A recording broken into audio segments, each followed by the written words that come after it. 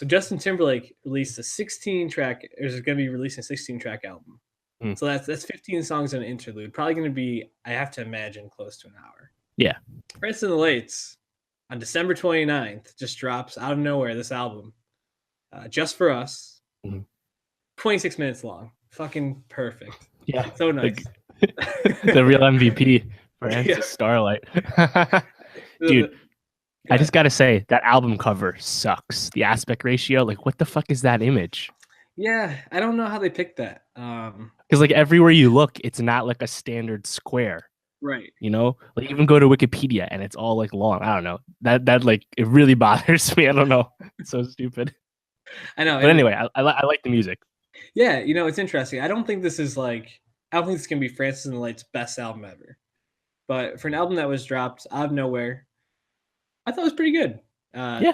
Some really high highs and some very forgettable songs. I thought the first song, I wish had been longer because it was, a minute and a half. And that beat is infectious. The sound is really, like, subtle, I feel like, in this. And, there's, like, some really heavy production on it, which is just a staple of his sound anyway. But what were the songs that stood out to you? And I mean, what do you take away from this album just in general? Yeah, he's clearly a producer first. You go on his Wikipedia and you can see all the various music projects he's done with various outfits and, projects and whatnot. He's pretty experienced despite not being super mainstream until, I guess Chance really brought him into the starlight, if you will. But I think the title track, Just for Us, is really awesome. I mean, that's the song that you have to play for anyone who's like, oh, the Phil Collins comp, like, is that reductive? Like, are you just saying that? No, like, he sounds like fucking Phil Collins. Like, which, I mean, I don't hate it. Like, if he's gonna be that's cool. No one else does right now. Yeah, it's not a bad lane to be in. I really enjoyed the song Breaking Up. I felt like not only was it like a kind of a clever wordplay on the chorus, like, like a phone call is like the driving force behind the lyrics, but also just like the way it was like sung and so simple, kind of like devastating as like a breakup song. I also really like the last track, Cruise. Like, Cruise is getting good buzz. It's we were talking about which one to put on the album. We went on our new playlist, which you can find on Spotify, 2018 Nowstalgia Best Of. But I really was between those two, Just for Us and Cruise. I feel like those two songs really embody the album and the spirit. In between, there's not really anything else memorable, but that's okay. Like France and the Lights, they're not a top tier performer yet, or he's not a top tier performer yet, but he's growing and he's latching on to some huge stars. Yeah, it's weird too. Like, Francis Starlight is his name. Francis and the Lights is the name of this musical project, even though Francis and the Lights is still just one person. It's not a band.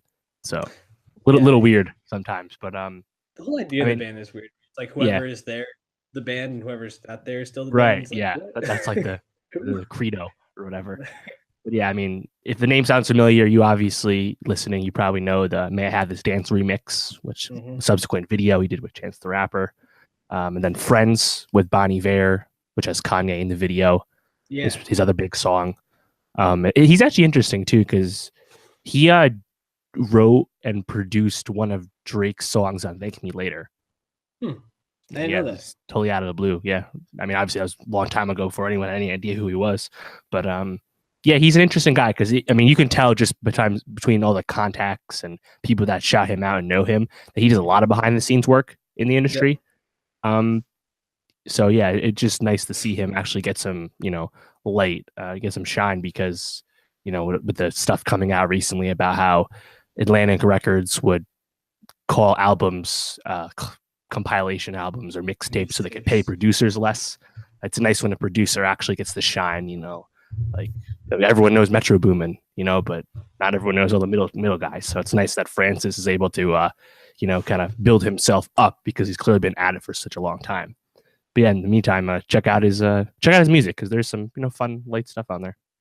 Yeah, and we put the like I said, the title track onto our playlist. So if you want to get a little taste and see if it's for you, check it out there, and pass the playlist along. It's only 3 songs right now. We put "Stir Fry" by Migos on there, Yeah, "Finesse" remix, and "Just for Us." We'll be updating it as we listen to more albums and see what's good this year and what you should and should not be listening to. right.